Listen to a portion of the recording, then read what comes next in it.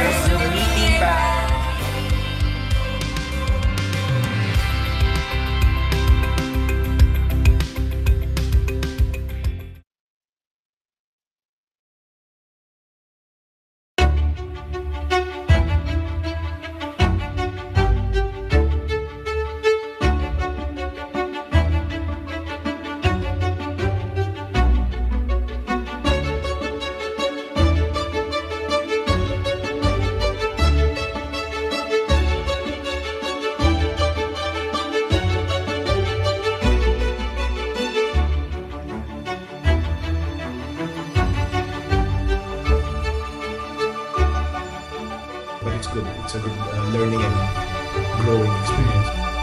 I think I become more responsible and determined and driven. To me, how it changed, basically just stepping foot in the UK already changed my life. I met different people, the diversity of people you meet, the experiences you learn, the type of jobs I've been. You just learn from every step. You learn to be independent because mom and dad's not around. If that's the opportunity, grab it, because once you get here, there's a lot of opportunities. To me, I think it's about being positive. And if you're scared about taking that step to actually move abroad and have these different questions in your head, saying, oh, what if this happens? What if I don't pass? What if I don't adapt? And then just think about what if it works? Because moving abroad, you learn different things. You are out of your comfort zone, and you have to do things your way. You learn to be independent, make your own decisions, be your own person. You apply for a job, and then you just do things yourself. And you learn to express yourself in your purest form. Yeah, if you come here with an open mind, I think, and if you give it a chance, you'll know pretty quickly if it's for you. But do give it a try, because potentially it could be, for lack of a better word, life-changing.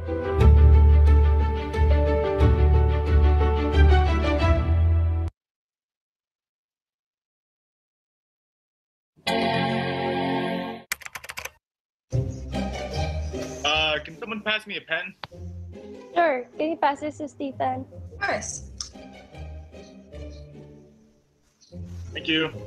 That's really nice, guys. Not the 8th time we've done it already. Is that for the presentation? Pwede pa send naman ng pic na ito-drawing natin? Ito, sige. I'll send to the GC. And sent? Ayan na. Got it. Thanks, so. Sorry about that. Just testing the music. Is the volume good? Yeah, sounds good. Okay, do I send the link to Pat now? Yeah, go ahead. Video's off, everyone.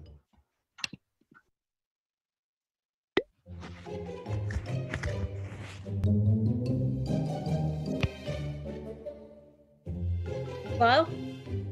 Hello? Hello? Hello?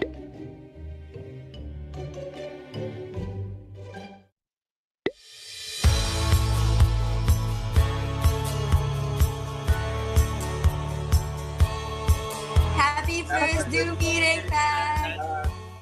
Pat, you're muted. Oops, sorry.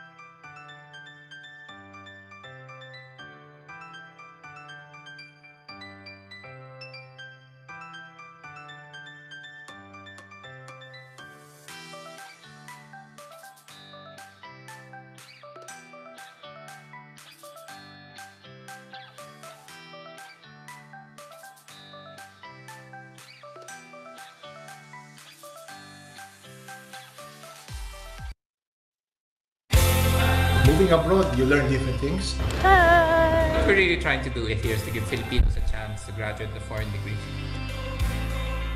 Do give it a try. It could be life-changing.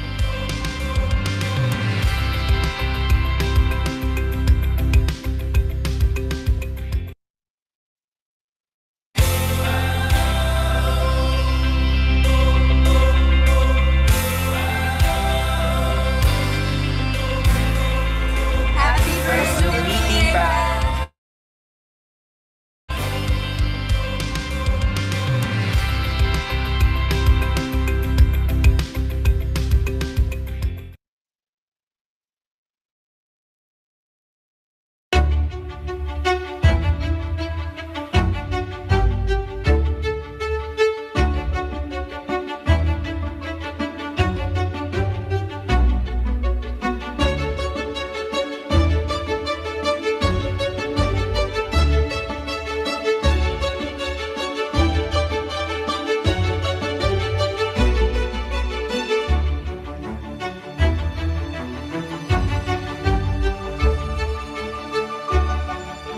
But it's good. It's a good learning and growing experience. I think I become more responsible and determined and driven. To me, how it changed, basically just stepping foot in the UK already changed my life. I met different people, the diversity of people you meet, the experiences you learn, the type of jobs I've been. You just learn from every step. You learn to be independent because mom and dad's not around. If that's the opportunity, grab it, because once you get here, there's a lot of opportunities. To me, I think it's about being positive. And if you're scared about taking that step to actually move abroad and have these different questions in your head, saying, oh, what if this happens? What if I don't pass? What if I don't adapt? And then just think about what if it works? Because moving abroad, you learn different things. You are out of your comfort zone, and you have to do things your way. You learn to be independent, make your own decisions, be your own person. You apply for a job, and then you just do things yourself. And you learn to express yourself in your purest form. Yeah, if you come here with an open mind, I think, and if you give it a chance, you'll know pretty quickly if it's for you. But do give it a try, because potentially it could be, for lack of a better word, life-changing.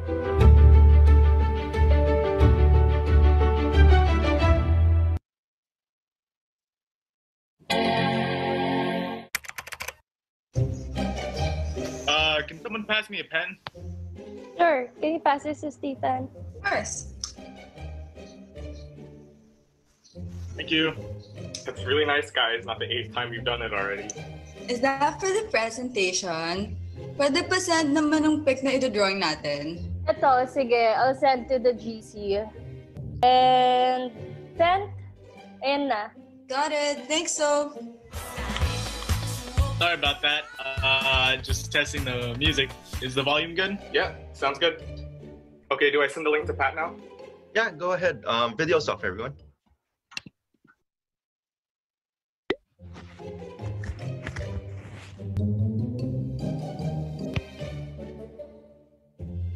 Hello? Hello? Hello? Hello?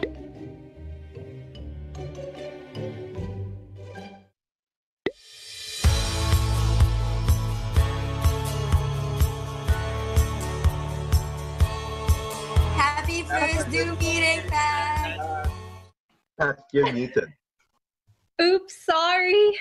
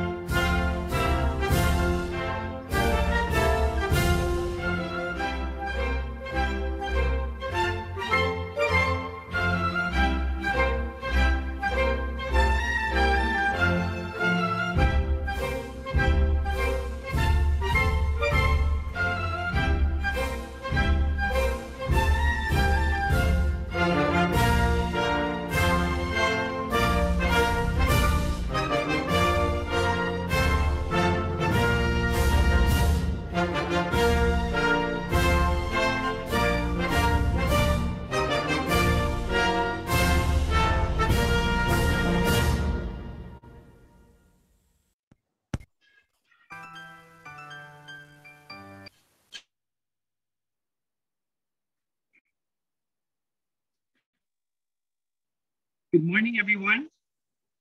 Welcome to our third Setback to Comeback webinar series. We'd like to welcome all the participants.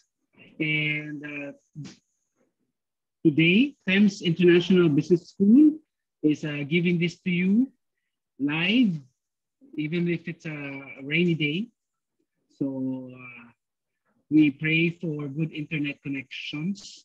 Good morning, Camille. Good morning to all participants. Si Camille is from Ilocos. Saan ba tayo? Do we have participants all over the country? Please state your location. If you are from different parts of the country, like Mindanao, from Apari to Holo. Good morning. Yeah, from Quezon City. Magandang umaga po. Good morning. Good morning. So let's introduce ourselves to each other. Magandang umaga po sa inyo lahat. On behalf of Thames International Business School, we'd like to welcome you to our third live cast webinar series. And we'd like to, we're doing this because we want to be able to help our entrepreneurs be able to survive and thrive despite the pandemic. That's why today we are giving you experts in the e-commerce field to help our businesses, especially the small business. Good morning. Good morning, James. Good morning. And we'd like to start off by introducing our panelists. Let me start off alphabetically. Yes, good morning, Paul. Miss Leslie Jane. So this morning we are going to be joined by 4 experts. And to start off, we're going to introduce the founder and CEO of Mosaic Solutions. And we'd like him to introduce his company to us. Ladies and gentlemen, please welcome Mr. Brett Doyle. Brett, good morning. Good morning. Thanks for having me today. Please tell us what you do at Mosaic, Brett. Sure. So we are a provider of software solutions and data analytics to the F&B, so food and beverage, retail, and hospitality industry. So our clients are multi-location restaurant groups like Wildflower, Moment Group, California Pizza Kitchen, etc., as well as cloud kitchens like Grab Kitchen, Cloud Eats, Craver's Canteen, and now also retail clients as well. So both stores as well as mall owners and operators who want to tap in and use our analytics system to get better insights at their fingertips. And how are you doing so far, Brett? After about 15, 16 months after the lockdown. Sure. So yeah, so last about a year ago, I suppose just over a year ago, was obviously really challenging. At that time, almost all of our clients were restaurants, and the F&B industry dropped. Monthly sales dropped 90% month over month from March to April. So obviously a big hit and a big hit to our revenue as well. And we also wanted to make sure that we were helping out our clients. So we had a number of months where we didn't charge anybody for our services, given what was going on. And then, coming out of kind of end of Q3 into Q4, things started to pick back up a little bit, where I think one of the silver linings for anyone who's kind of doing anything with e-commerce or software is that people understand the need for technology. If there's one thing the pandemic did, it was really, from a business perspective, it was really cement that need for cloud-based technology or using software to monitor operations or to grow your business remotely.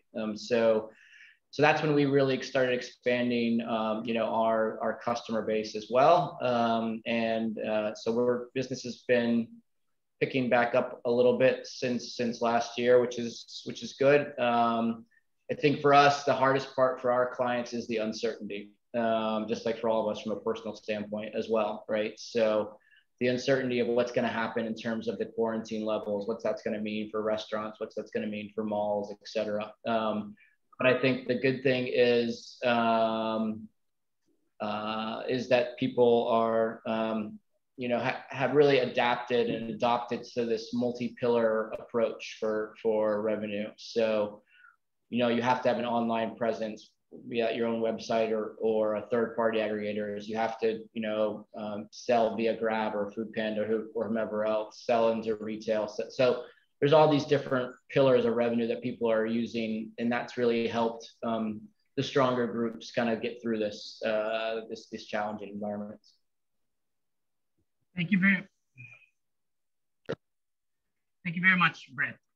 And we'll talk more about that later because our moderator will ask you questions regarding that the specifics.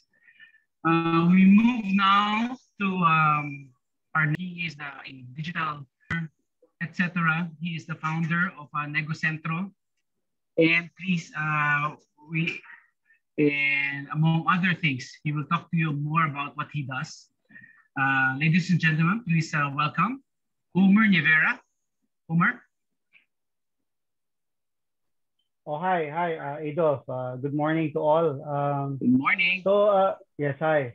So, well, I'm the founder and the publisher of Negocentro.com. So firstly, this publication has been around since 2010, and well, it has grown to a network. We're now 30 plus sites. It's not only the Philippines, but actually in and around Asia and the rest of the world. So, but I guess what we actually do is that we're really into content marketing. Just so we stumbled upon this business when I was in the States, and that's where we founded Negocentro. And first, we wanted just to create a site for Filipino startups, but for some reason, it got absorbed into different parts of the world. And let's just say that we got lucky, and we have grown outside of just the publications. We now our business really is into other services, just not the publishing per se. So we also have a small digital marketing agency, as well as content marketing and SEO shop. So that's what we currently do, and other things. It allowed us to invest in some small startups, here in the Philippines as well, which have grown into the e-commerce space and IoT. So yeah, that's what I do. I do a lot of things, by the way. We'll talk about that later, Homer. Maraming ginagawa si Homer. Sure. Maraming side hustles. Moving on, we'd like to bring you our next one is a strong online community called Kumu. I think we've seen it almost practically everywhere. Allow me to introduce to you the co-founder, Mr. James Rumor. Hello, Mr. everybody. James, yes, good morning. Hello, Maganda Umaga Salahat. Thank you so much for inviting me to this awesome. Thank you so much for inviting me to be a panelist today. My name is James Rumor. I'm the chief of staff and co-founder of Kumu. Kumu is a mobile app, and it's a social media entertainment app. So it's a social entertainment media platform in which we utilize live streaming to do numerous business engagement activities as well. We also have e-commerce. We also have virtual gifting, and building online communities being the heart of our app. And we utilize the building of communities to help grow our business in many different areas, and in which we could talk about this later on in the discussion. But maraming salamat for inviting me here today, Adolf, and everybody from Thames International. Thank you. Welcome, James. Nice last name, huh? Oh. it fits the social media milieu where you are connected. Yes, but don't believe in all. Not all rumors are true. Okay, so don't believe them all. Okay, that's right. Except you. Yeah. You must be a true rumor. Yes. Okay. So finally, last but not the least, let's welcome. We placed there that he is the founder and the owner of Bayong Shaga. Among other things, I met him when he was doing his I think he introduced him as himself as the owner behind Red Events, and he's also into food because I tasted some of the Pinoy longanisas of bread baskets that he also co-founded. The man behind Bayong Shaga, which is very popular nowadays, Mr. Javier Villaruel. Javier or Hi. Jav? Yeah, hi Adolf. Hi, good morning, everyone. Yeah, I do a lot of things, so you should understand how the pandemic really has affected me since last year, last March. For Bayong Siaga, it's a social enterprise.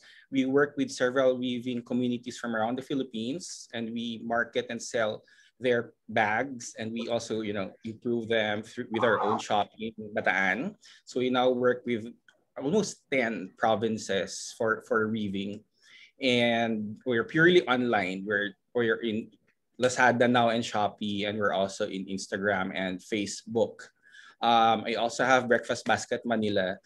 We sell almost 50 different kinds of ready-to-cook breakfast food. So I had to position that solely for breakfast. And I also own an events agency where I met Adolf years back. It's also 6 years old. So all of these three businesses are basically 6 years old because I was supposed to retire 7 years ago. I had an agency that was more than 10 years, which I sold and left to, move back to the province. But then I found myself doing all this stuff again. So here I am. And thanks for having me this morning.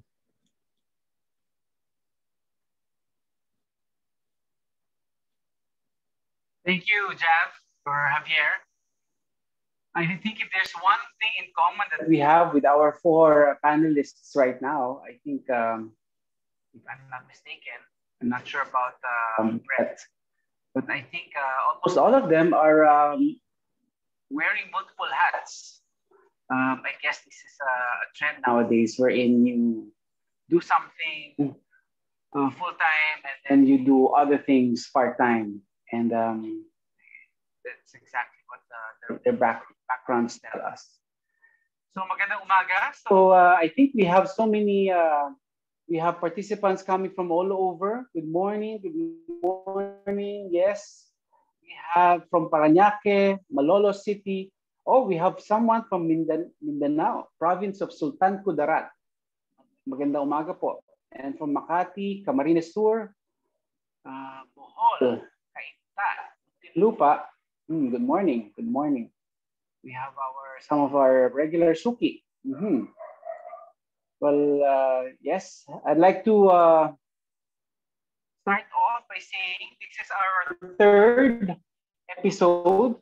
We started off this setback to come back about 2 weeks ago when we felt the need to be able to jumpstart, of course, the economy. Is that one of the things that we need to do is to start talking about recovery. And we can only realize recovery and thriving if we are able to set the tone for what do we do now. Hopefully that this new variant called Delta will not disrupt us at this point. So let's start off with our, let me introduce first the one who's going to be moderating our discussion, who is on his way right now. Is Joel Santos, is the president and co-founder of THEMS International Business School. So THEMS has been in the forefront of building businesses from the time that students enroll in school. No? So while you're in college, you're able to make your dreams come true. I think we can start off by asking Brett, what exactly would be the role of Mosaic in what happened exactly when you saw that things were going from bad to worse last year? What exactly did you help the companies that you were specifically your clients? Huh? Sure. Yeah. So we actually got a little bit ahead of the announcement in March and decided to send move everyone to work from home while we could kind of control messaging and control the timeline of that. So the week before, we were locked down, which I think was good for those two reasons, and it really helped sort of smooth that transition in a time of immense uncertainty amongst our employees. And at that time, my key message to our team was, listen, we have two choices. We can sort of bunker down and hope for the best, or we can get out and try to be as helpful as possible to our clients, potential clients, and the overall community. And so, thankfully, I'm blessed to have a fantastic team who really bought into the second option there. And so we put a couple initiatives in place. One, to really help create kind of an aggregated site of restaurant information. If people remember, at that time, nobody knew when restaurants were open, who was serving in, out, who was doing delivery, whatever it might be. So we aggregated all of that information and then started sending traffic there to doing some online marketing and trying to help our clients that way.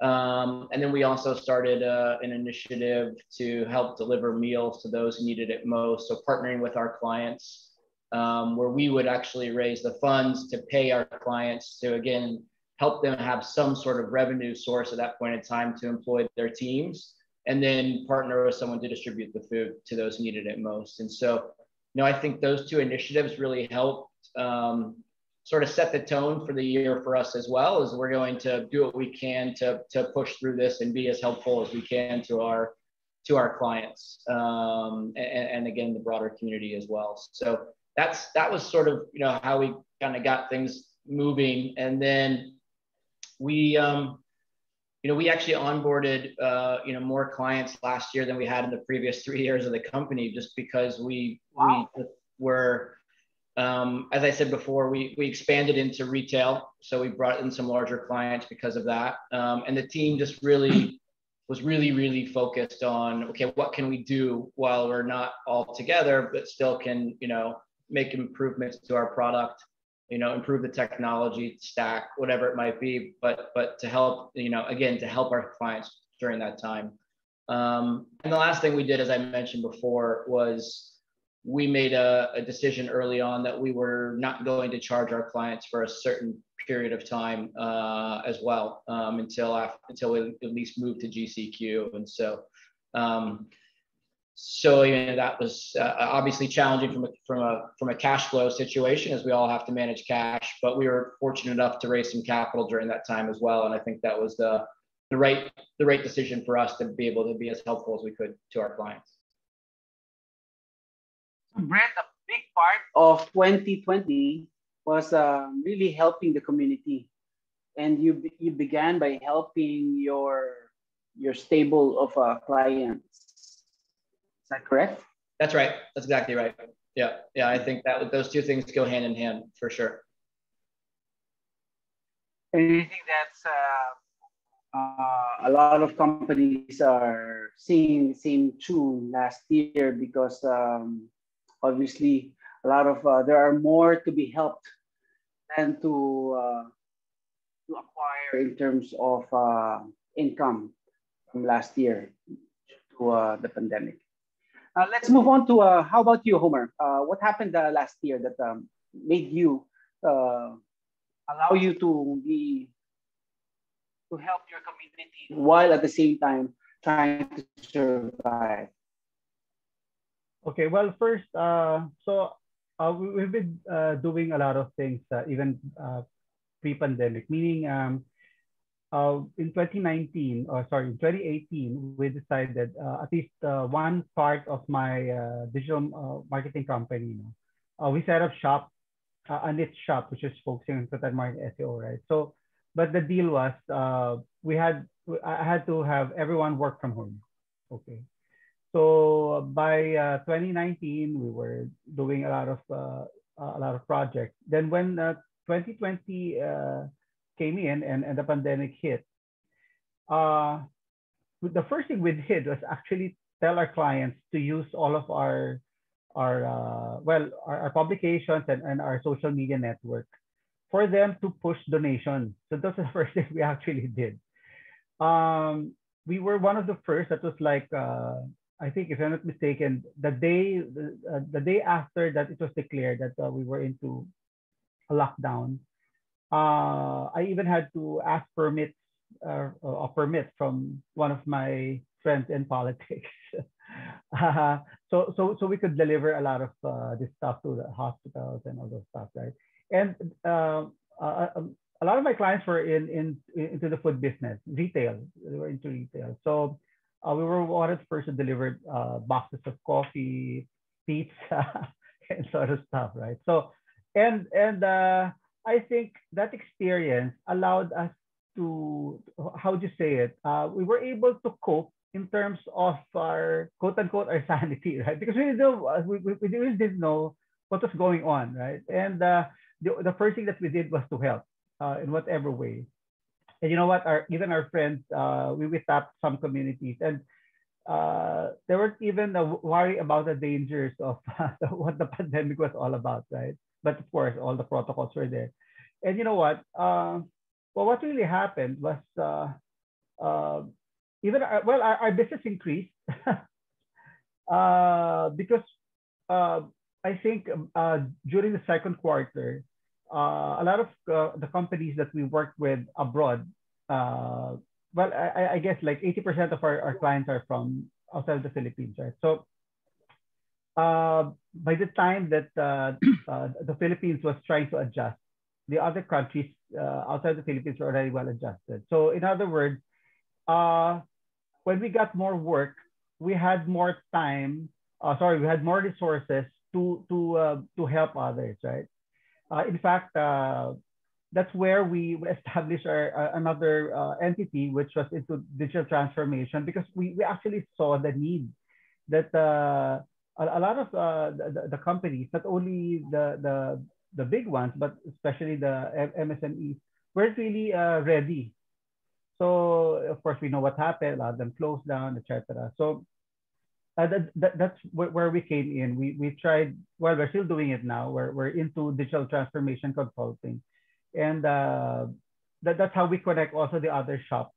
So we're talking about technology, tools, whatever, right? So that's where we came in. And I think what's nice about it is that the feeling of having business while the pandemic was really high in terms of people affected without work and shops closed down. We were still able to help out using the other resource that we actually had. So I think it's let's say that we had more opportunities both for business and to help others. So and until now we're still doing it. That's good news. Parang instead of the negative things that are happening, you were able to find opportunities. And not just opportunities to make money, but also the opportunity to be of help. Thanks, Omar. Moving on, how about you, James? James, would you like to describe how big the community of Kumu is right now from the time you began? I think this is probably one of the best communities that are thriving right nowadays, right, James? Yeah, no problem. I think before the pandemic happened in March 2020, we were roughly at I think 4 million to 5 million users on Kumu. And now presently, so a year and a few months after that, right now, we're at 11 million users on Kumu. So we have 11 million users who download the app, all right? Roughly, but we have almost 2 million, monthly active users as well. That's how big our community is. But for the most part, we really take care of the core users, the power users of the community, which could be, roughly around 100,000 users that we really take care of, right? And that's our customers. The users are our customers, but we really treat them like a community because we provide them, just like any city or any college campus or any business, we provide them opportunities to always stay engaged in the app. And with the pandemic, obviously, us being a social media platform, a social media entertainment platform, we're able to cultivate our community because of the fact that everyone's staying at home, so they have to do something. And we benefited off that because we are able to build a online community through anyone who loves Filipino culture or who love to entertain or love to just get new friendships and networks of friends on our app. So that's been a great thing since the pandemic for us, right? And with the growth of so many people downloading the app because of the pandemic, we also had to grow our team. So with that, the growth came our staff growth, and we scaled from 75 regular employees before the pandemic into now we're at 350. So over a year and some change, we're at 300. Wow. Yeah, we're at 350 employees right now, and most of them are actually, are located in the Philippines, and we have some globally around the world. Pero I think right now it's just a beautiful thing to see the scale and growth, but it still comes with difficulties to manage and handle and lead all the users and the employees. So it's been a crazy times for the last year and 4 months since the pandemic.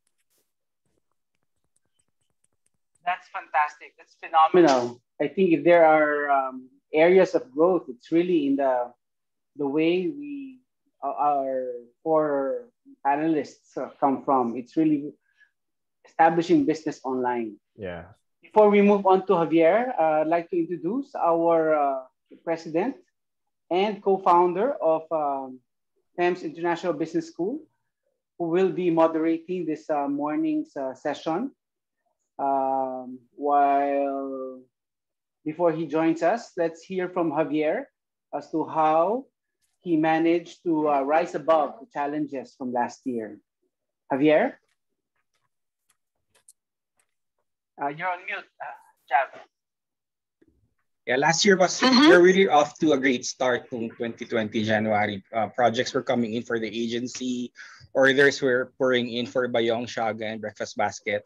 So I was actually in the States when the pandemic was creeping in, and rumors started, coming in that there was going to be a lockdown. So I had to fly back a few days before the lockdown because I had to be around to, the first thing that I had to do was really to assure everyone that, we were going to survive. We had to be around for the bounce back, and that, in order to thrive, maybe in a year's time, we had to make sure that, we're ready for what lies ahead. But of course, I had 3 businesses. It wasn't easy. Each one a different team. So for Bayong Shaga, it was really assuring the weavers that, their livelihood would proceed because we had canceled orders because everybody's working from home. Nobody needed bags. Who would need bags when you're at home? So we had to pivot. We had to introduce Bayong Shaga Home kasi suddenly there were plantitas. So we created planters, we made placemats, we made blankets, so on and so forth. And then we also introduced our gifting services for birthdays, for Mother's Day, for Father's Day, any day that you can celebrate. So we introduced that. So we would be— My apologies. I couldn't. Recipients. Hello. Yes. Yeah. Sorry. And for we also had to, we were not yet at Shopee and Lazada before. So it was a crucial decision for us if you were ready for that, because that's a different ballgame to be there. So what I did was to find a partner, Shopee Philippines, who had experience with managing e-com.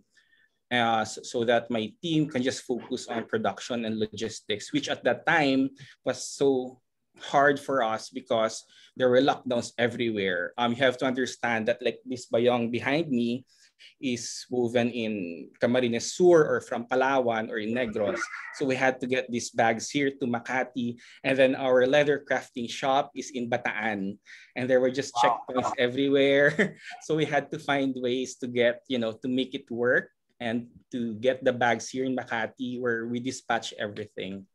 But logistics was a major problem. Yes, exactly. And we had to go to the airports, and the line was so long. We had to be there for 10 hours even just to get our boxes of bags out to the provinces.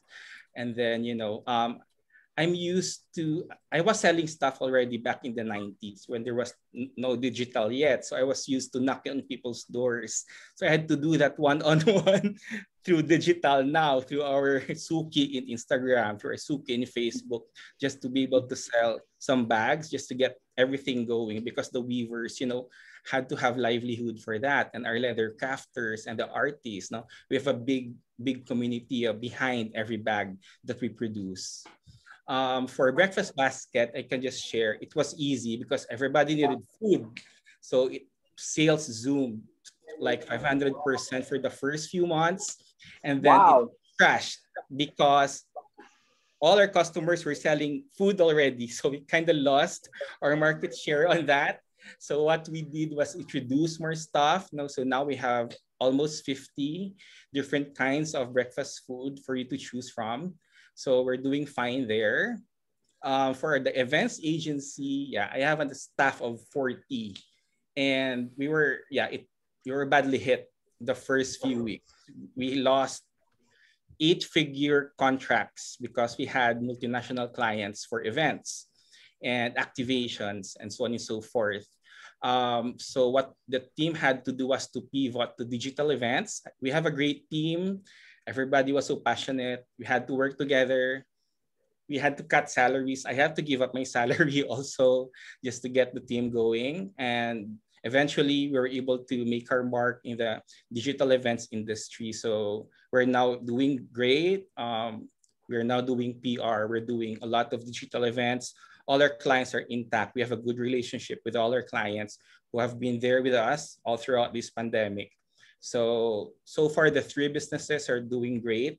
There are burnouts, but, bouncing back is always possible if you have, the heart and the passion of what you do. But Javier, you mentioned earlier that there was zero casualty as far as employees are concerned. We didn't have to let go of anyone, of any employee. Fantastic. I actually had to call a town hall that if ever it was either, letting go of some or cutting salaries. So everybody unanimously voted to just, do the sacrifice, cut back on salaries. I had to let go of mine. So everybody followed suit, just, to keep the whole family intact because we were huge. We had 4 business units and we still have 4 business units now. Someone just made a comment, great spirit, Javier. That's you. good. That's good. Very good. Let me just turn you over to our president and co-founder of Thames Business School, Joel Santos. Joel, are you there? Okay, great.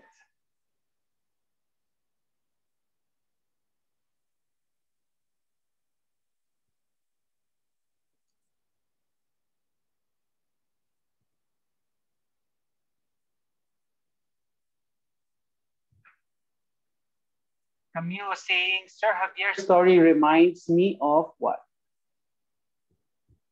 Reminds me of Donnie Tantoco's story of Frustans. Wow, nice. Okay. Good morning. Lisa, yes. Yes, Joel.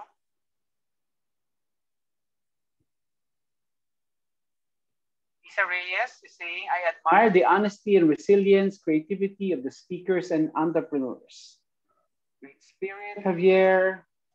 Asking for, I think if there's one thing that we emphasize during our livecast webinar series is that this is also a chance for you to be able to network with each other. And we have our regular vendors and entrepreneurs who are doing all sorts of business, whether food or otherwise. And I think it's important that we get to connect with people like Javier, for example, who's into bags and food, and everyone else who wants to be able to connect with the communities. No? Like if you want to be part of Kumu, or if you need consultancy services of Mosaic Solutions, or even the publication and the other digital marketing services of Negocentro and Media Blast. There's Homer Rivera. So it's important that we get to maximize this 1 hour or so, no? So the same experience, according to Camille, I opened my small restaurant in January, then had to close in March, and then maybe ask for contact details. So thank you very much. See, Camille is from Ilocos. No? Good morning from Makati. DZMN friends. Oh, we have DZMN friends. Thank you very much. My former fellow radio anchors. Magandang umaga po sa inyong lahat.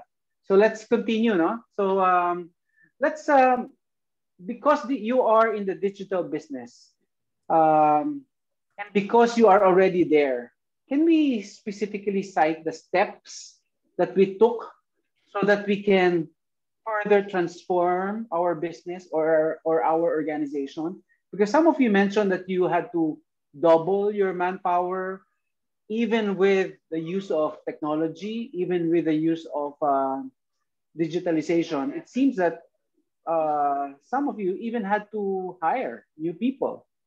And because business was doing better than before pandemic. So can we describe the steps that we took so that we can maybe allow others to either be inspired or be part of your system, of your organization? How about you, Brett? What did you take to be maybe some improvements in the way you did things? Yeah, I think for us, I mean, for a lot of businesses, probably experienced the same thing. It was a moment to sort of step back and take a look at how we were doing things. As an example, how we were, onboarding clients. What could we do to improve that process? How could we use technology tools and process improvements to make that faster and easier for our clients? How could we, make sure that they could get as much, usable, actionable data at their fingertips from our products? So yeah, we definitely took time to sort of take that moment and step back, sort of mid-year last year, to look at, look at things from a technology perspective, but also, as you mentioned, from a process perspective. And I think those two things go hand in hand. And so we use a lot more tools now, and we really practice what we preach to our clients, which is use data to make decisions. So we do the same thing internally. Everything is measured. We're always looking for ways to improve based on those measurements, based on that data. And so I think that's really helped us internally, and that's definitely helped us grow in terms of our client base as well, because we can handle a lot more clients with the same, sort of base from a team perspective as well. So yeah, I think that's a really good point that you made, is that you do have to take those moments in time, even while you're, it sounds like all of us sort of have thankfully rebounded and grown through this. Even as we're double, tripling our customer base, there still is that moment to say, okay, well, how can we do this better, right? And so I think that's it a lot of times using technology. And so we've got a lot of process around how to use different products, tools, whether that's HubSpot, Teams, et cetera, and then how we use those to interact with our clients better as well. So that's really what we've really focused on. And I think the main theme again is, we tell customers to use data to make decisions. We have to do that ourselves. And so that's what we've really focused on across all aspects of our business, from product development to customer success to onboarding to even looking at, internal sort of recruitment and other things in a more measured way. Can you tell us a story as to how your clients reacted to maybe making some adjustment as to how they deal with you, how you had to make some improvements? Were they ready for it? Were they like a specific step in, like no one was prepared to go meeting online 24/7? Sure. Yeah. So I think for couple examples. One, on the sales side, I think come September of last year, when people started to make purchase decisions again, at least in our space, people were really had embraced the idea of obviously at that point of meeting virtually and making decisions more quickly, I think because of that. So you didn't have to worry about trying to coordinate calendars as much and having all these different follow-up meetings. We could do, you know, the sales process in basically 3 online meetings, right? An introduction, a demo, and a close. And so that was huge in terms of compressing our sales cycle in Q4 of last year. And that's, you know, carried into this year for better or worse, I think, from an overall, you know, perspective in terms of where we are with the virus. But from a business perspective, I think it definitely has driven improvements. And then, you know, I think another example, just from a client perspective, as you mentioned, you know, the ability, we have clients that we have onboarded in Q1 of this year through our Cloud Kitchen channel, and everything is regimented and everything is stepped. So we, you know, we sign, we give them templates, we get them onboarding and online. And so they could be from sign to live from a POS perspective within a week now. And I think that timeline really surprised people in a good way, obviously. But it's because of the fact that we have our analytics tool fully baked and, you know, as part of our overall solution, so that we can process that data more quickly. So yeah, not everyone's ready for that in terms of what the data that we're given to process. But we're getting there, right? And I think that just sort of comes with some coaching as well, as you know very well. In working with F&B clients, it comes with a bit of coaching to make sure that they have things organized from a menu perspective, from an ingredients perspective, from a overall data perspective. So in a way, it was so people are open to changes. Even if they had to be followed up by a boss at 11 o'clock midnight, or even if they had to do 3 Zoom meetings at the same time. So people were ready to make those adjustments, Brett? I think that's right. Yeah, I mean, I think that, you know, that's one of the, from our perspective, at least from a business perspective, one of the silver linings is that people all of a sudden understood the need to digitize, right? And in our space in particular, there was still a lot of things being done manually, still are a lot of things being done manually. So, but that need to digitize, to be able to run their business out of their bedroom and still look after 20 different locations and have that information at their fingertips really drove that willingness to change, right? And that willingness to embrace that change. Change is good, right, Brett? It can be. It can be. Can sure. be. Especially in our space, collectively here. That's right. How about you, Homer? Is change good? Well, yeah. Did you welcome I change? think the only thing that, yeah, it's always good to have some change, right? And lose change too. So what did you do? What were the steps that you took to make sure that? I think first and foremost, well, like Centro, since we're like a group publication, so we have a depth of knowledge now. So we have a big knowledge base, and not only here but also abroad. But you know what? We have a 6D framework that we follow. So letter D, right?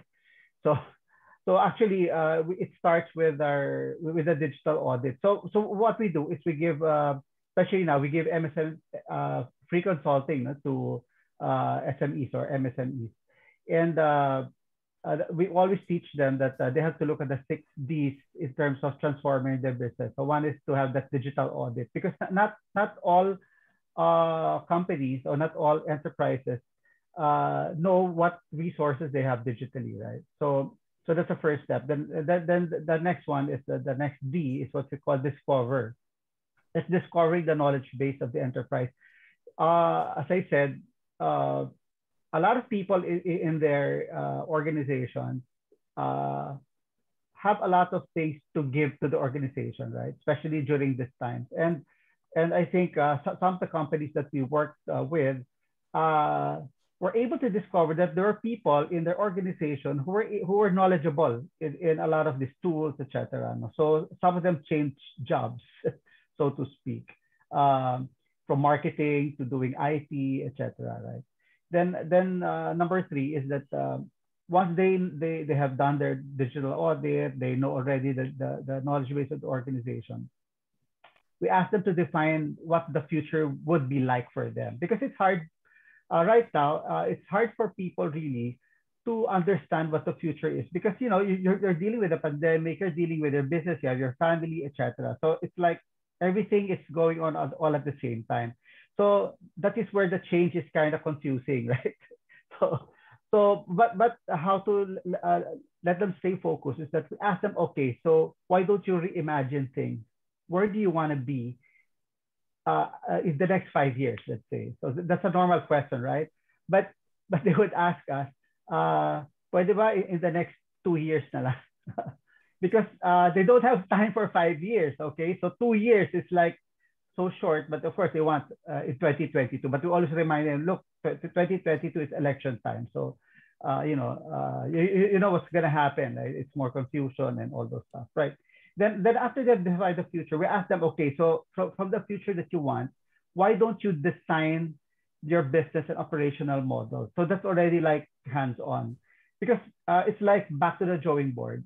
So I have a column with the Filipino Mirror. It is in Tagalog. Okay, so I had to, now think about this.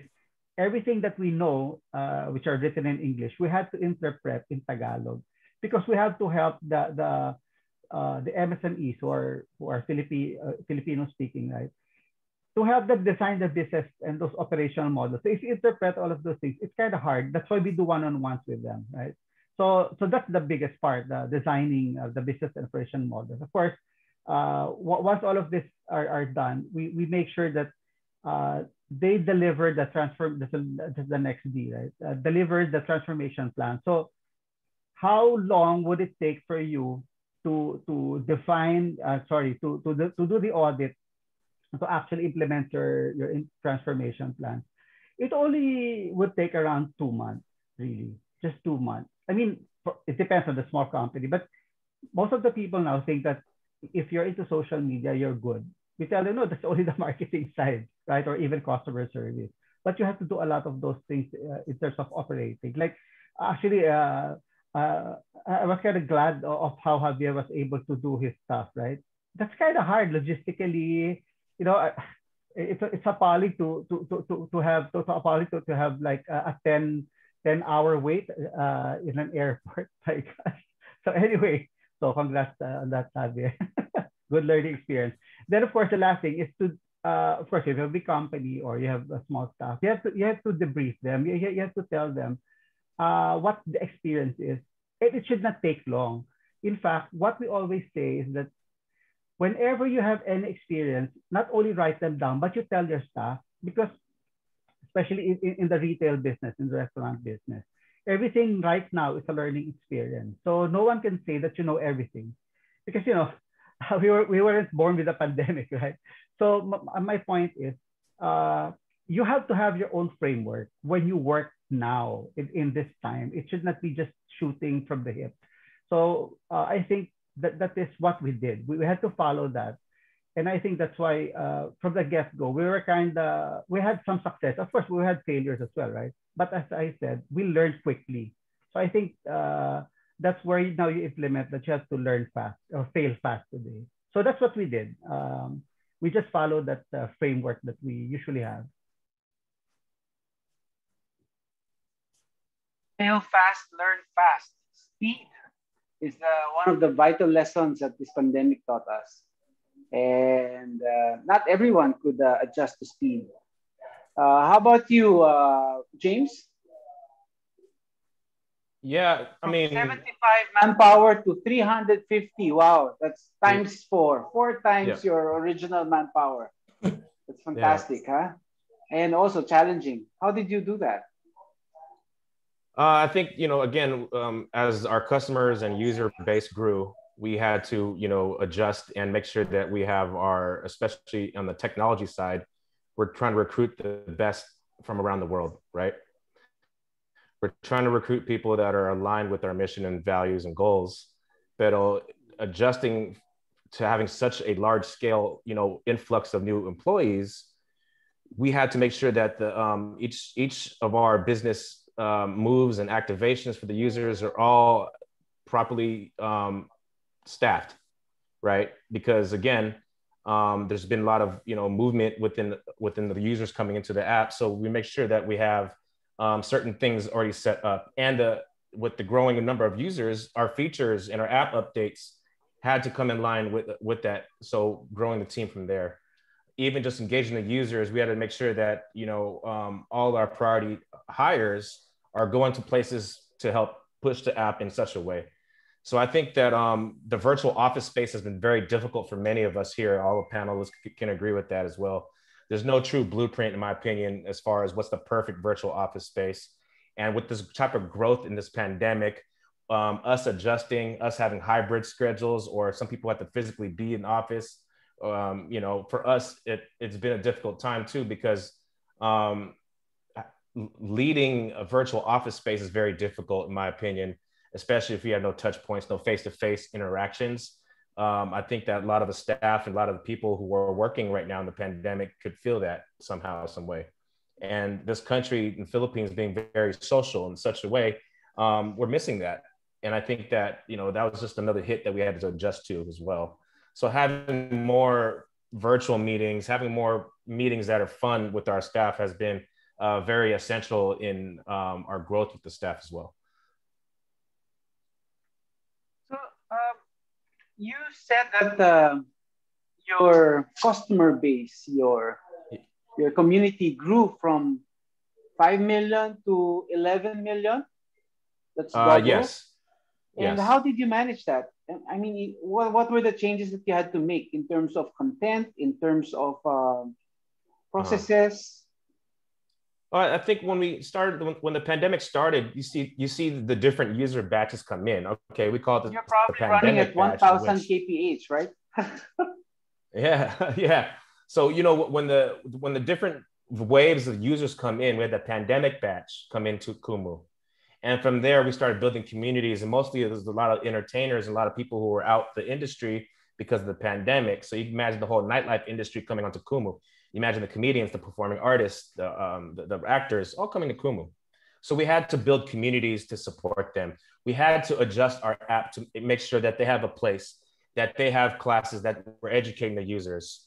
And then in October, we had a collaboration with PBB, Pinoy Big Brother, one of the more popular shows in the Philippines and around the world for Filipino citizens. So for PBB to come in, we had to adjust as well and make sure that we're building content and online communities on our app to make sure that we're catering towards the growth of the PBB batch coming in. And other little smaller activations like the performing artists of Manila and the theater actors and actresses coming into the app. We provide resources to help them build their community. Okay, so I think that as big user batches come in, we have to be prepared to and accept them and hyperactively make sure that we're doing their user experiences at such a premium level that they want to come back to the app outside of why they came for the app. If they came for the app because they wanted to see music, what else can we provide them to stay on the app, right? So, and that's what we're, the business strategies come in place right now, such as we have e-commerce, we have, social TV, in which we do really intentional programming. We have the gaming side of our app, the online community side. So we're trying to build these different avenues in which all users can enjoy the app. I can imagine the craziness of content creation. So content is king. You still follow that dictum? I believe that building communities is key for us, and then content comes second, in my opinion. Building a community, and from that community, we find the content creators, and then from there, the business side comes after that. That's how it's been successful for us, right? A true example for that in our e-commerce is we have all these, some high-end brands from different companies and whatnot, but the number one seller And the number one hosts, the creators that sell, have been so successful selling Kumu merchandise. So therefore, we're trying to be like the Disneyland of social media in the Philippines, in which you come to our app just to have a good time.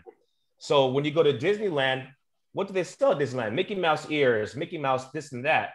So that's what we try to replicate. We try to sell different things, in which we still do, and we're going to continue to sell different brands and different everything. But for the most part, the successful things for our e-commerce have been our users, our own homegrown creators selling Kumu merchandise. So that's just been just a little tidbit of our success in the e-commerce space. Again, which we hone on is building a user community, finding creators from there, and then be able to do some different business bets. Yeah. Awesome. Thanks. Thank you, James. Thank you, James. Yeah. Go ahead, Joel. Yeah, sorry guys. Thank you, Adolf. I'll just chime in now. Thank you, Javier, Brett, and Homer, and James for joining us. You know what? Things are really going back to normal. For one, I was stuck in traffic, so I couldn't get to the school on time.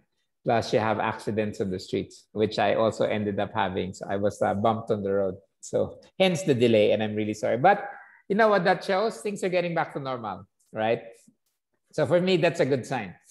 When there's traffic, you get bumped on the road.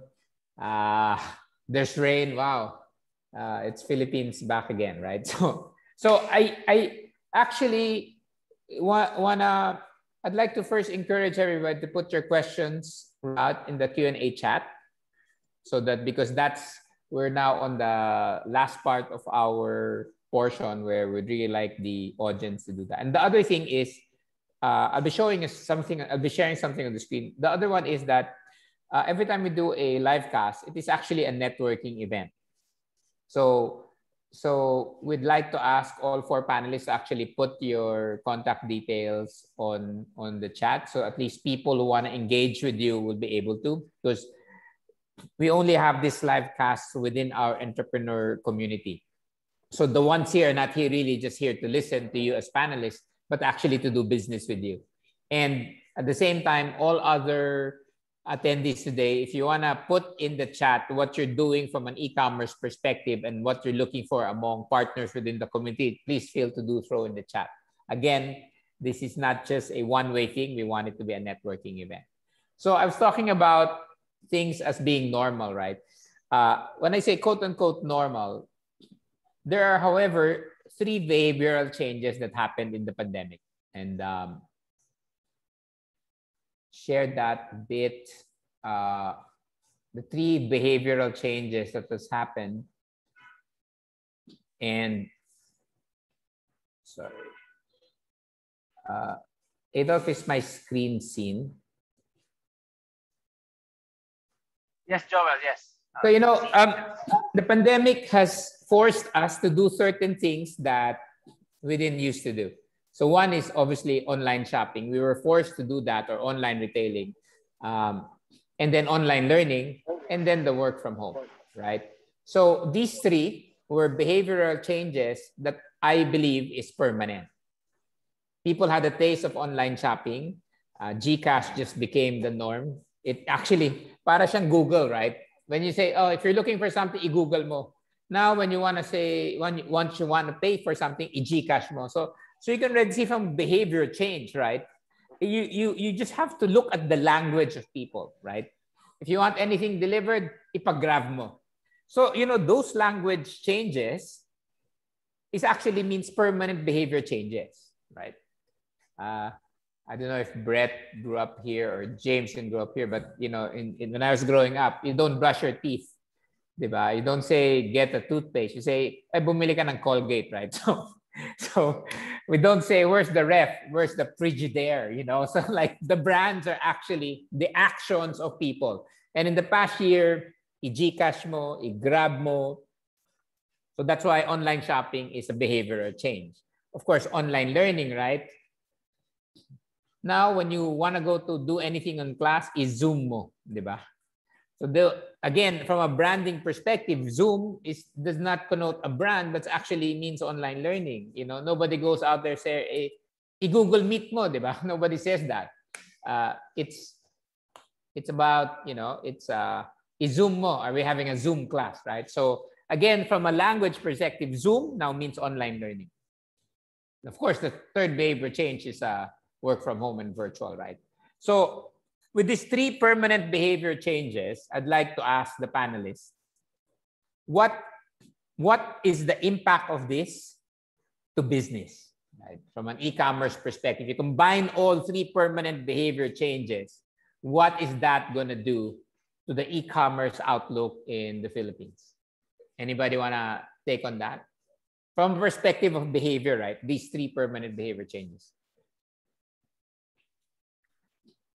Okay, Brett. Yes. I'll jump in to start. People can add in, but I think it's those 3 changes, and I would add in another one which is, and this is just in the Q&A panel as well, but it sort of goes hand in hand with what your comment on Gcash is, that people are comfortable with paying that way as well, right? So yes, that comfort level of paying electronically with e-wallet or whatever it might be is probably one of the biggest drivers, really, because it enables so much to happen in an automated way rather than having to go to the bank, make a deposit, send someone a copy of a deposit slip, et cetera, right? So yeah, I think, all of these things combined, e-commerce and sort of broadening that to just online transactions in general is only going to exponentially increase now, right? You look at sort of, and James can speak to this as well, but I mean, the 70 million internet users, and that number is only growing. And then what is going to be available on from a mobile perspective, which all of us are developing to or have developed to, right? Because that's where all the transactions are going to take place from now on, right? I mean, and they already were trending that direction pretty significantly anyway, but I think to your points, Joel, I mean, that's all these things coming together, and that giving people that comfort level of, I'm going to make this transaction, it's going to work, and no one's going to sort of try to, do anything fraudulent associated with this transaction, and that happens again and again and again. Well, then that just is going to snowball from there, right? Totally agree. That's only going one direction. Yeah, totally agree that to add, because part of the online shopping experience is really, right, online payments and e-wallets and everything, and again also being driven by contactless, right? Yeah.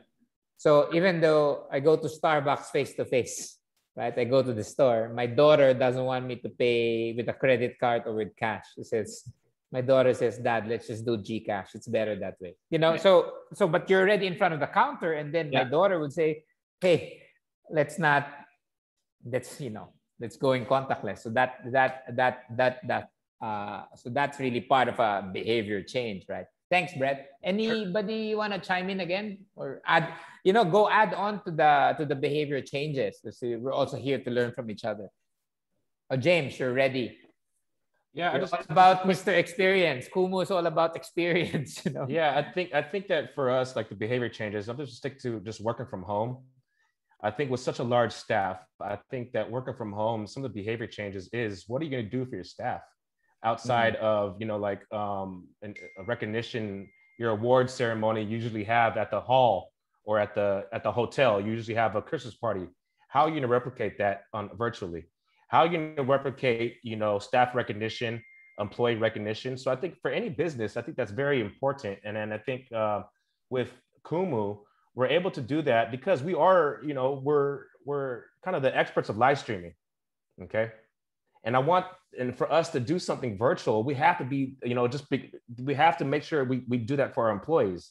We could take care of our users, but our employees, we do virtual town halls, we do virtual happy hours, we do virtual award ceremonies. So I think that businesses have to really shift about how you want to recognize your employees. We could grow all you want, but for a business, it makes no sense to grow if you don't have any infrastructure virtually in place to work from home. Are there weekly meetups, the cadences? Because if you're at the office, you can see the 10 a.m. meeting at the conference room right here. But while you're at home, you can't see the accountability. So even your employee accountability gets kind of more difficult if you're not used to the virtual office space. So I think the shift for all businesses is having a virtual infrastructure for your office space is very key from working from home. It sounds great. Oh, I work from home. Yes, okay, but how are you holding your employees accountable? Do you have a check-in, check-out system? Is your human resource team on point? And also training. The training sessions used to go to the office or go to the conference hall is now replicated indoors in your home through the Zoom or through Google Meet, whatever it may be. But nonetheless, though, are you prepared for those shift changes for your employees? Because if not, when you talk about when people discuss working from home, that's cool. But as a business, what are you going to provide your employees besides going to a Zoom meeting? You have to provide them something else, right? Even when you sign as an employee, what I notice now, if you look at Facebook and even TikTok Philippines and Kumu Philippines and some other ones I noticed are giving like welcome kits. We gave for Kumu, we gave away like COVID kits. Doing those small things count for employees. So I think as a business, what are you doing? And for the entrepreneurs here, when you do have a thing, how are you appreciating your employees? What are you engaging your employees in this new normal with working from home? Yeah, I tend to agree, James, because I also got in some of my birthdays, Christmases, I received care kits, which has a combination of your alcohol, your face shield, branded face masks. So I think gift giving has also changed the way we behave, right? How about the others, Homer or Jav? I'll chime in. Okay, Yeah, for this, just quickly. First, based on what Adolf just said. So, well, since we run a network of publications, so we're partners with a lot of PR agencies. So yes, I agree that has changed. We have boxes and boxes of kits, thanks to all the sponsors, and of course a lot of food as well. Now, but I think what Jace was saying was it's actually true. I mean, if you don't when you have people working from home, it changes a lot. Even before the pandemic hit, we already had people who were working from home, right? Okay, but you know what? We realized that during the pandemic, what we almost forgot was that people were having online fatigue. I don't know if you're familiar with that term, and that it was kind of, well, it's nice that Kumu is there because of the entertainment factor. I mean, that one is popular among our staff. That's one. However, I had to personally check in with some of our staff who were kind of quiet. Now, meaning quiet, they were there during meetings, etc. But they were not, let's just say that they went silent in terms of interactions. Okay, so I would say that two of my staff actually were like our heads. They were undergoing a lot of stress, but not on the work, if you get what I'm saying, right? For example, I have one who's in our IT team, actually had he told me that because he had reflux, suddenly he's pretty young. So I told him, I'm at my age, I would understand, okay, when reflux would hit you, but you're too young to have to have it. So I asked him, so what are you going through? You know what? He mentioned to me that he's the one now tutoring his younger sibling. And I didn't realize that, right? I mean, that was part of the stress because the parents were going to office or somewhere, and he was left with a duty when in fact it wasn't really his cup of tea. And just last week, so I asked him over the weekend. So I said, "So how was your endoscopy?" Think about it. Okay, he's like early 20s and he had an endoscopy. So he said, well, I have lesions in my esophagus and my upper stomach. So I said, how can we help? I mean, besides the medical is there, right? Then he showed me like packets of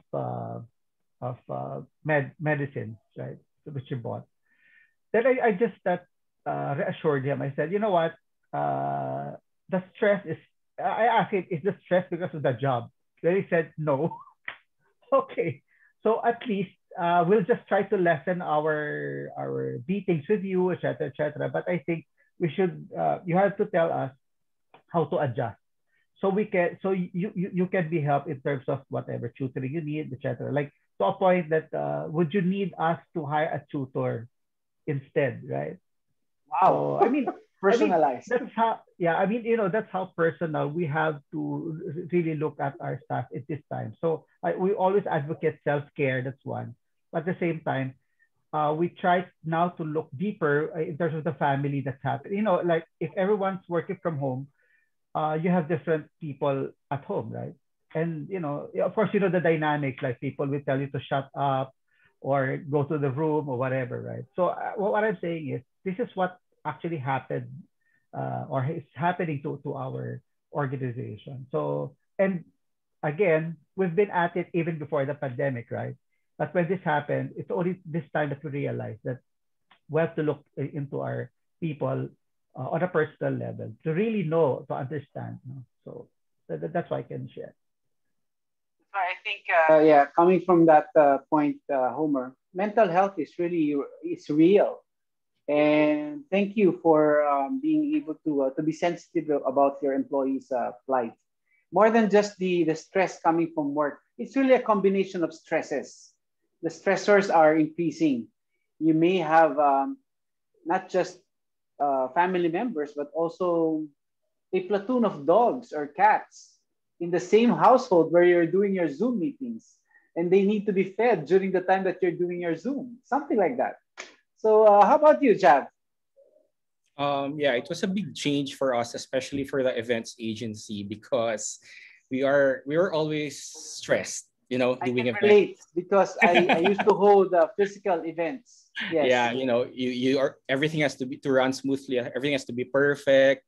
We have 100 crew to manage, and then suddenly you're all disconnected. You're just just have Viber and Zoom, and online to connect with each other. So what we did was to create this double the effort in creating constant communication with the team, checking on each other, creating anxiety buddies. I had to send out their office kits to their homes. They have an office chair, they have their own table, they have their own filing cabinet at home to set up their work from home office space, just to have that feel of being in there. But the thing that we really missed most was the energy of being with each other, because when you do events, you survive and you thrive on each other's energy. And that's what we lack in doing digital events, because it's different to see somebody there, to have somebody's presence to assure you that things will run smoothly.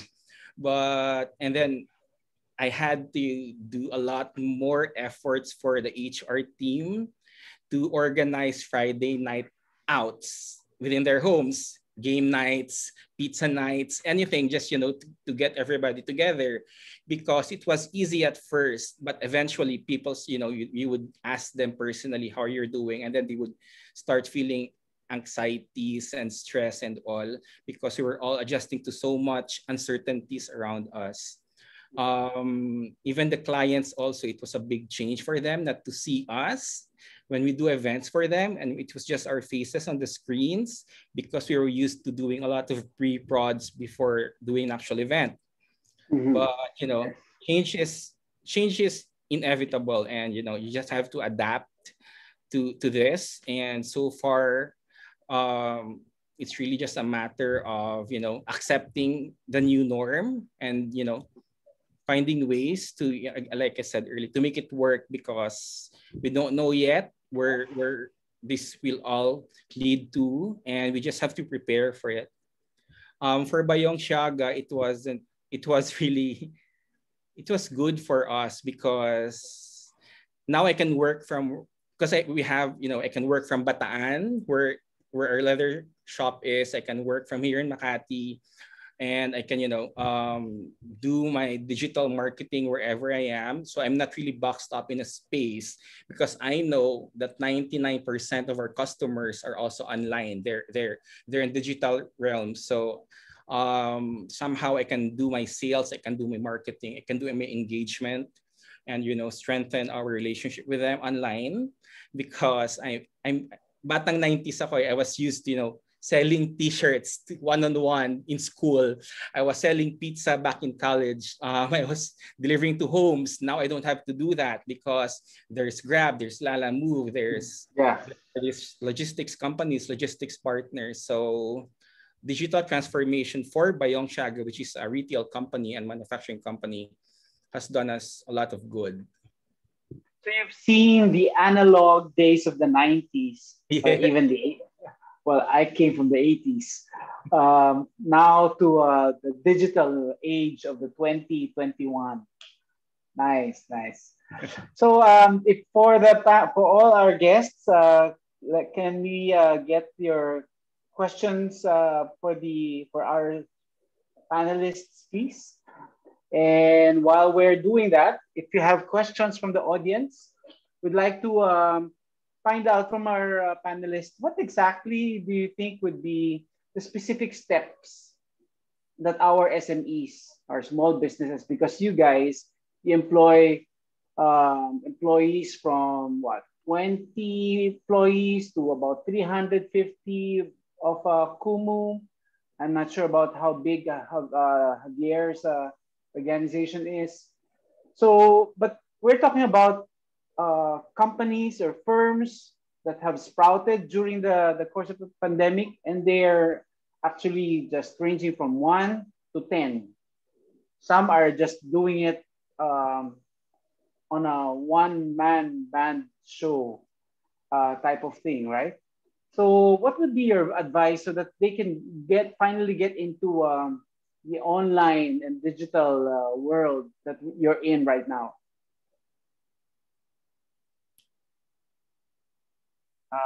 Anyone?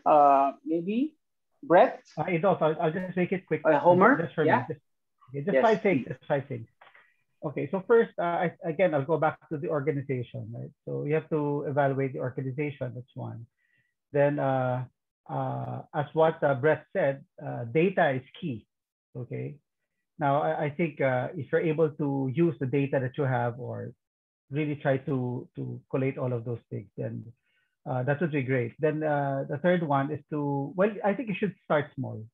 So we ask our clients to execute pilot programs. So let's say if you're a big company, don't do it company wide right away. So just try to do it a small time. Just like what Javier said again.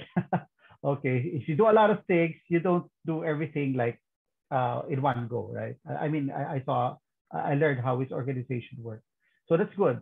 Then I can pilot. Then I think always remember 2 things, right? So when you transform your business digitally, it has to be people driven, because you know what, a lot of people have lost their jobs, and when you're transforming digitally, the first thing in their mind is, what will happen to me, right? So consider the people first. So I saw how James increased his staff from, oh, by the way, we're fellow AIM DBI incubator graduates. I'm with FAME, by the way, also. So anyway, so we're one of the first. Okay, so I said a lot of things, right? So then you have to also look at the cultural fit. I think in the end, I think this is how I would say that all the panelists here have adjusted. The key was the people. That's what I really saw as something common. No? They never forgot who we serve, right? So 2 things: our organization and the people we serve, and I think that's common. So for organizations, or if for small or even big business, don't forget that beyond technology, there are the people. So we have to look into that, our organization and the people we serve. So don't forget that. Always be people driven and people oriented. That's it. Thank you, Homer. Thank you. It's the people, of course. That's which of course we need to see beyond systems and technology and hardwares and softwares. It's the people that count, right? That's correct. Anyone who wants to chime in? Audience, you may just real quick, put in your Adolf, questions. when you mentioned about the people count, right? And I think that's one of our things for Kumu is that of those 350 employees, we hire from our own customer base. You know, we love hiring from our customers. For me, one of the departments I take care of is the user community department, in which we do all these engagements for activities. I'm not going to hire, you know, all respect to the big prestigious schools, the Ivy League schools of the United States, the big four schools of the Philippines, all due respect to those degrees, but that's not going to get my users excited if they don't know the app. So therefore, we're going back to, like, you know, knowing the personalities, knowing the customers, knowing the staff, also know the product, and having employees and staff that know the product so well has been very beneficial. We took that model from Ben and Jerry's ice cream, in which they always stated that their best employees have been the best customers. Okay, the best customers equals the best employees. So we took that type of knowledge and used it for a lot of our staff departments, in which we hire from our own user base, our own customer base, because they know the app so well. So those are certain things that, you know, for Kumu, we really will put some details on in the recruitment process for our employees. Because I think that's the best customer would be your best brand ambassador, right, James? So yes, for sure. If they're able to do it for free because they're so happy and satisfied, might as well get paid for it at the same time while they are happily talking about and raving about the things that they buy. That's correct. Yeah, and you don't have to explain to that type of staff what your product is, because they know the product already. Yes. Actually, the love is already there. You just have to put in the technical aspects of what's behind the brand that they love. That's right. How about you, Brett and Jav? Go ahead, Brett. Go ahead. Yeah. I mean, I think just real quick back to your initial question around, you know, kind of concrete steps for MSMEs, kind of 1 to 10 employees. I mean, building off what Homer was saying as well, I think it's take small steps, right, in that direction. I mean, there's enough uncertainty in the world right now around us. You don't want to just kind of plunge over the cliff and kind of hope that you can create a plane on the way down, right? So I think it's important to take sort of small steps, read the data, understand what it's telling you, and then take the next steps after that. You know, and get customer feedback, right? I mean, good, bad, or indifferent, customer feedback is key. And you know, as you and James were just saying, I mean, your best customers become your best brand ambassadors for you, and potentially even employees downstream as well. So I think getting that feedback and being able to react to it is really key. That's right. In fact, I realized that because I do a lot of food reviews, and if I buy something and I rave about it, the same company that produces that item would give me some more, so that I get, because I know already what to talk about. I rave about it, I love it already, and therefore the love is there, and it's so natural for me to be talking about it, especially when it comes to the non-technical part of the food aspects. How about you, Jav? Yeah, going digital, you really have to, your Facebook, your Instagram, your whatever is your front office of your brand, of your business. So you have to make sure that you plan your back office well enough that you're able to support the front office, what you put out there, what you tell people, what you commit to your market, what you promise to your community, because the back office is as complicated as the front office. You have to make sure that the operations is in place. You have to have good suppliers. You have to have good relationship with the team. You have to know your logistics, because in this day and age where, the market is also digital like you, of course, it's so easy to build a brand, and it's also so easy to destroy a brand simply because you didn't prepare well for it. And you also just have to be very patient, because, okay, digital it can be magic for some, but that's only a few. That's only a handful that, you put a brand out there and it explodes in social media.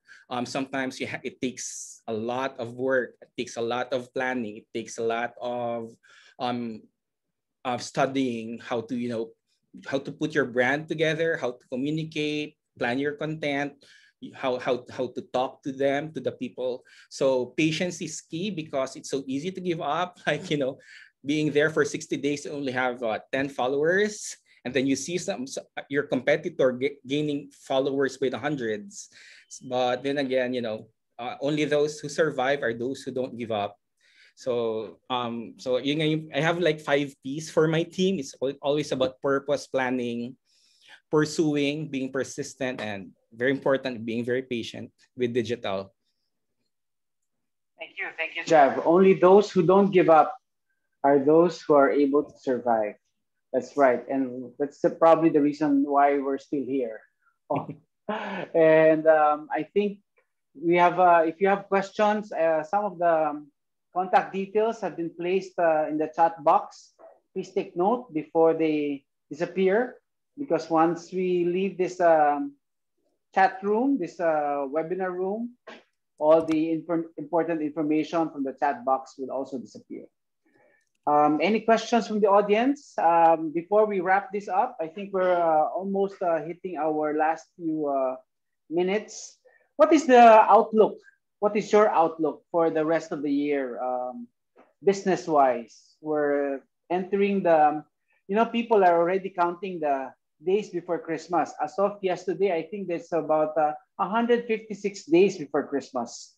And I don't know about Brett and James, if you're familiar with the Christmas season. The minute you start hearing Jose Marichan's music, this song, then that's when the Christmas spirit comes in. Even sometimes it's earlier than the rainy days, right, Jav and Homer? So what is the general outlook? Maybe not just for the next 6 months, for the rest of the year, but also for 2022. What do you think?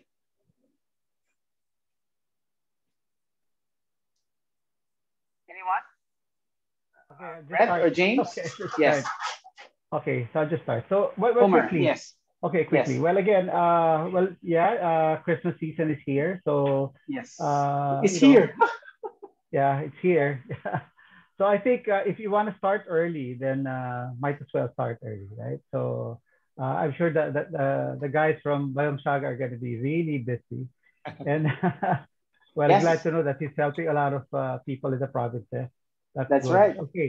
Okay. So well, I guess besides Christmas, it's gonna be election year, right? Well, basically now we already started with election. So actually, one part of our business is kind of busy already with that. So it only happens every 3 years. But I think the outlook we're looking at is right now. Admittedly, still survival mode, right? Okay, but that's generally. I think we should think we should have a mindset wherein we're at a growth mode, right? We should be growing the business. So whatever stage we are, I think we have to look at growth. Okay, so because there's no other way but up. Okay, then I think just for me to give one quick tip is that I think this year and next year we should be small businesses or businesses have to consider creating their own niche. So I call it a super niche because a lot of people are now digital. So meaning we have more competition. So if you try to find your little niche, then you start with that. Then secondly, best to hyper localize. Okay, so we have a lot of I know a lot of people now who are going back to the provinces and trying just to find the best internet connection so they could do their business. So a lot of people are now starting to go out of Manila, out of NCR, and go back to the provinces. So by doing so, now we can hyper localize. So if we're going to target all of these types of people, the niche and the localized folks, right? I think the growth is going to be there. So there, survival, but we have our mindset has to be growing. That's it. Fantastic. Growth mode. I think that's important because if we enter the next half of 2021 or the early part of 2022 with a defeatist mode or attitude, then half of the battle is already lost. So I think it has to start with the spirit, with the fighting spirit. Okay. How about the others? What's your outlook? Brett, James, and Jav? Yes, Brett.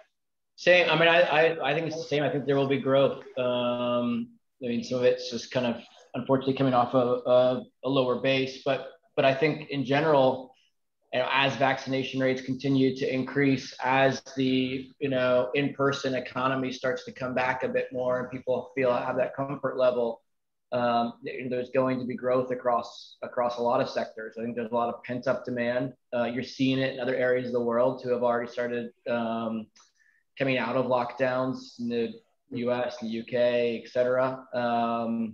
And you'll see the same thing here, right? And I think what's interesting for us in our business is that's sort of happening in different stages, right? So in the cloud kitchen stage where it's all delivery, that's only grown in the last year, right? That's going to grow exponentially. But even the restaurant groups, are starting to, that growth is there as well from a year-over-year perspective, but just also in general, where do we go from here? A lot of our clients, a lot of people I speak to, they still have options on the lease that they want to expand into and grow their business in various locations. They may not build this year, but they're going to build in 2022, right? So I think that is really encouraging from an overall economy perspective, because so much of the economy is consumer driven. So it's got to be, people have to believe in the F&B space, in the retail space, et cetera, whether that's online or offline, to drive that forward. And I think that belief is there. I agree, Brett, because I've seen that happening. Some of my friends in the F&B network whose plans were aborted last year have resumed expansion, have resumed their not so bullish, but growth attitude. No? And I think whatever plans were aborted last year, they're starting to put them in place already. Yep. James or Jav? Yeah, for growth, obviously, I think yes, we grew a large employee size, and I, as the chief of staff, I told our company to stand by on any hires. We're doing a hiring freeze. Now we have to optimize, because as we grew, we have to make sure we optimize our staff. We might have some redundancies we have to take care of. We might have to look at third party. We might have to reassign some people. But nonetheless, we have to optimize the staff we have right now and make sure that we're utilizing everyone's strengths and recognizing everyone's weaknesses. And on top of that, as we see, we have our app downloaded in over 60 countries all around the world, and made the top rankings in many of the social media, Google Play rankings and iOS rankings. But with that being said, like in America, just last weekend, Kumu USA team of users and some staff hosted their first offline meetup, in which, for a small, only like 110 people showed up in this nightclub or this bar area, right? But nonetheless, though, in the Philippines, we could only imagine when we open up, right? I don't want Kumu to be unprepared. Like, for example, I have plans A, B, and C right now to throw a concert with all our wonderful musical guests we have. As soon as we open up, I'm contacting people to reserve some spots now, right? I don't want to be left behind when we have so many talents and so many great activities that we planned pre-pandemic. So right now, obviously, for the growth and optimizing staff, but also in 2022, if the Philippines opens up, are the entrepreneurs here in this room and the business is ready? Are you guys open? Are you guys ready for offline? Are you guys ready for, you know, is it gonna be like, yeah, will it be like the Roaring 20s for food and beverage, right? Where everyone's gonna go partying and start going to all the restaurants? Are you guys ready for that? Are you guys ready for the concerts? Are you guys ready? That's something we have to really just, start thinking about and prepare, because June 15th, California opened up in the United States. Some businesses were not ready, and some businesses are playing catch up now for the businesses that were opening up on June 15th and ready to go. So I just want, you know, that's one of my advices, is make sure that you guys are ready for the open up. Yes, we can sit here at home thinking that, oh, we're working at home, it's good, you know, and don't get complacent on that. You know, I think as leaders of your businesses, if you get complacent on that, you might fall behind. So therefore, working from home and preparing your users and customers for an offline experience, it has to be prepared already. Yep. So that's what I got for moving forward. It's what I always say, when you pray for rain, you always have to bring your umbrella. Yes. It's making sure that when you pray for the economy to recover, you always have to be prepared for it, not just pray for it. How about you, Jav? Do you agree or disagree? Yeah, I totally agree with everybody here. We're super preparing for that big bounce back, because we want to be there and we want to play a big part with a bounce back for the economy for the Philippines. Like for our agency, we're actually setting up a new one so we can accommodate more clients, because we are already getting the numbers. Wow.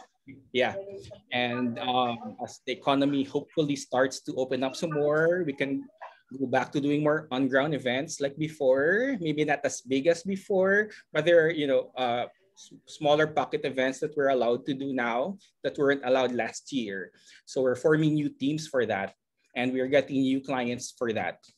For Bayong Siaga, the weavers are so busy now preparing for Christmas, like what Omer said, this early, so that, you know, because we're now in Lazada and Shopee, and we have to have enough stocks for the shopping market to get Bayong Siaga in their hands. We're actually also tapping a new community in Davao. We found this new group of weavers. They're like in a rural area, and they actually make really nice baskets and bags. So they were gonna add them to our roster of weaving communities. So, and Breakfast Basket is, you know, bouncing back.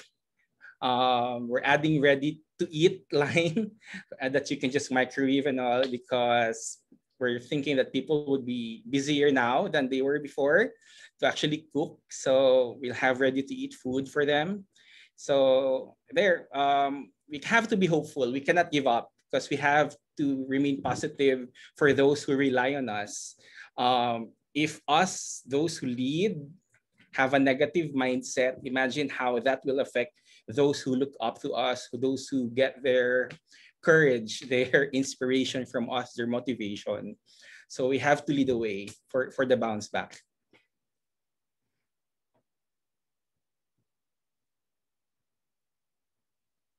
You're muted, Adolf.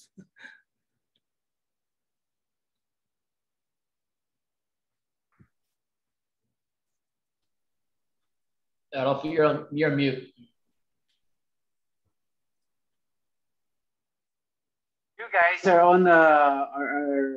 on e-commerce, and I think it's important that we take note of the comment about the desire to be trained, the desire to be exposed more and more to digital marketing. I think it's on that note, we are ready to wrap up. The contact details are there. Thank you very much. I'd like to make mention that this is brought to you by Thames International Business School. We are accepting students for senior high school, 11 and 12, and for college. So we also have a study now, pay later scheme to be able to help those who are financially challenged. So we are here to be able to help in the community. If you are in the lookout for business courses, entrepreneurship courses, we're here to help. And with the 4 experts that we have, plus the other webinar experts that we have in the past, we'd like to be able to make sure that we are preparing the future for the recovery of our economy. Thank you very much, Brett Doyle from Mosaic, James Rumor from Kumu, and Jav Villaroel, Bayong Shaga, among others. I hope Bayong Shaga reaches the shores of Europe so they can see what they're missing out on, right? And of course, Homer from Negocentro and from Media Blast. Thank you very much, guys, and we look forward to having you again. Please, for all our participants, please fill up the exit evaluation form so that it can help us in our future webinars. Maraming salamat po, and stay tuned for more webinars. Thank you very much. Have a nice day. Thank you.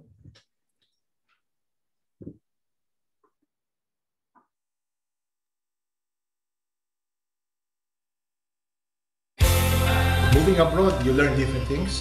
What we're really trying to do here is to give Filipinos a chance to graduate a foreign degree. Do give it a try. It could be life-changing.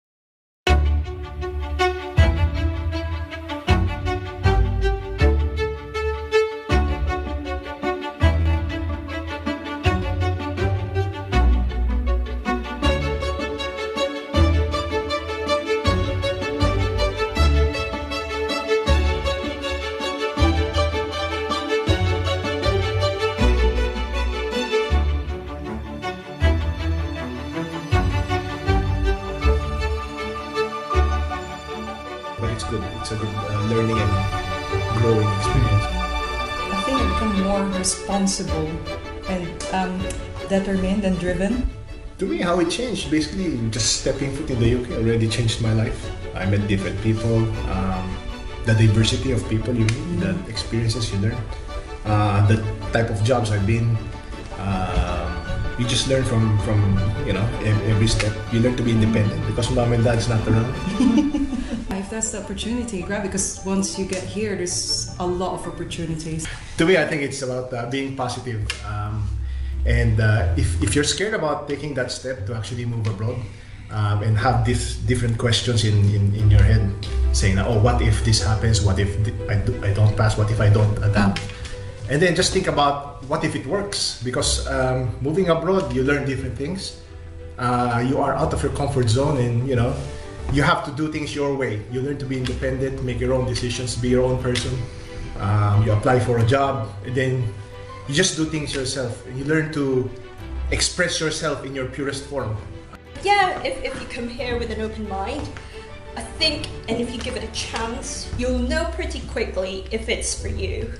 But do give it a try, because potentially it could be, for lack of a better word, life-changing.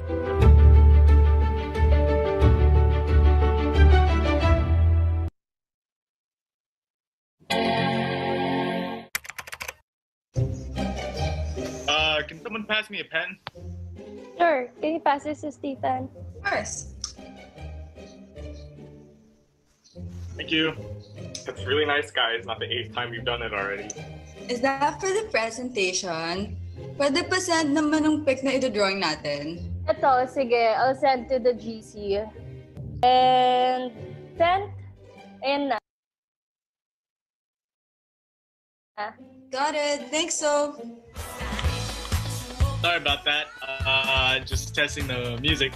Is the volume good? Yeah, sounds good. Okay, do I send the link to Pat now? Yeah, go ahead. Video off, everyone.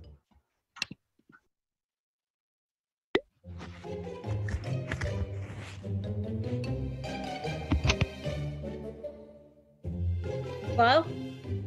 Hello? Hello? Hello?